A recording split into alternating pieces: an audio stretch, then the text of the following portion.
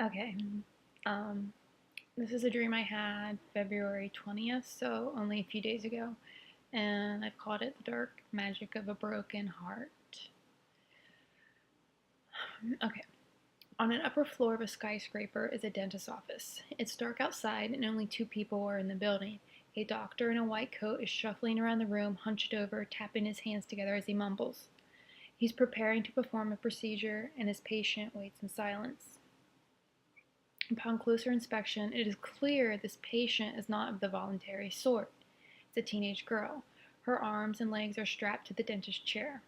Her eyes are open, but she never blinks, resting in a state of shock. Her mouth is open, but she is not screaming. Beads of sweat decorate her forehead and slide down her face. Her long chestnut hair falls about her shoulders as she leans forward against the resistance of her restraints. She is staring at the wall, possibly trying to convince herself she's dreaming. Unfortunately, she is not. The crazed doctor continues to shuffle around the room, picking up needles. His excitement increases as he starts to hum and prance around the room. After a few moments, he stops and bends down so he is eye level with her as he grabs her pale chin with his thumb and index finger, then starts injecting the area around her mouth. Why is he doing this? I think it is to numb her mouth for the procedure, but this is not his intention. He only numbs her mouth to prevent her from screaming so he can work in silence. He wants her awake when he operates. He wants her to feel his hands pulling the flesh from her face. This realization makes me want to shut my eyes. But how can I when my eyes are already shut? So I must watch, and I'm not able to turn away. He sets the needle aside, and I see that there are dozens and dozens of needles scattered upon the counter. One large needle, a few feet in length and a foot wide, rests upon a stand behind the chair, its needle pointing toward the center of the room. The doctor picks up a scalpel, and if you've seen the latest Texas Chainsaw Massacre, then you can envision this scene pretty clearly. He cuts around the edges of her face, across her hairline, past her ears, across her jawbone and chin. And she hasn't passed out yet. Her eyes remain open. He loosens the skin at the top and slowly peels the flesh from her face. Her eyes appear much wider now. Not that they have changed in color, but the whites of her frightened eyes are intensified against the red muscles stretched taut across the bone structure that encases them. The doctor is pleased. He waves the flesh in the air in front of her as he smiles. He holds it up to the light and examines it. Meanwhile, in the chair, the girl's facial expression has transformed. Her eyebrows are slanted, her eyes narrowed, her teeth are clenched. She's pissed. As her fingernails dig into the armrest of the chair, her body vibrates with fury. Suddenly, the room starts to shake like there's an earthquake. The needles roll around the counter. Then they levitate into the air and start shooting about the room. They hit the girl repeatedly in the chest and stomach, wavering back and forth as they're embedded within her skin. The doctor is pushed toward the back of the room by an unseen force. He is frantic as he nears the large needle. He struggles against the invisible force pulling him toward it. One last push, and his body is impaled upon the needle. The yellow liquid within it sloshes about like an angry storm over the ocean. The doctor's eyes close and his head drops. He is dead. The earthquake stops. The girl is slumped over in the chair. Her long hair falls into her lap, hiding her face as she stops breathing and dies.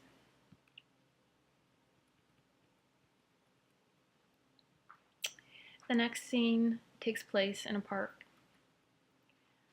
The birds are chirping and soaring through the sky, hopping about from limb to limb in the trees. The sun shines through the bare branches of a maple tree. Its branches tower over a small picnic at its trunk. A red and white checkered tablecloth lay on the grass. A wicker basket sits open on its edge. Jessica Lange is sitting on the tablecloth in a black dress, smirking and poofing her hair with her hands. A girl is with her. She has long chestnut hair, which is perfectly straight and smooth and tumbles down her back, resting upon a white sweater. She is talking on her cell phone with a friend. Her friend asks her, "How's being a witch?" And the girl responds, "I died. It's a real bitch." It's then that I realize this is the girl from the prior scene. The girl who had been mutilated and died, but not before getting their revenge upon the doctor. And in this scene, she does have her flesh back on her face. I also understand what happened and how it is she came into existence once more. In those moments before her death, the traumatic experience she had just endured did not weaken her. Rage consumed her, which gave her strength and ignited her power to obtain justice for the desecration of her body. This power that was born within her transformed her into a witch. After her death, Jessica Lange realized the girl's power and resurrected her. And if you watch American Horror Story, then you understand why it makes sense for Lange to have this power. And next is when the dream becomes nonsensical for a moment, as dreams often do. So, Jessica Lange tells the girl, "Congratulations on making it to the next level. You are ready for currents." The girl's dumbfounded as she mutters, "Currents?" "Yes, currents," Lange says, flashing her narcissistic fake smile, a smile that says she has diabolical plans running through her mind. "They make you stronger," Lange says, and urges the girl to go to the store and buy some while she goes to her art gallery to prepare for an exhibit. Next, though I do not witness the purchase and consumption of the currants, I am aware that it has occurred, and I see the girl back in the park. The park has changed, though. It's no longer sunny. It's silent, dark, and a feeling of sorrow overwhelms me.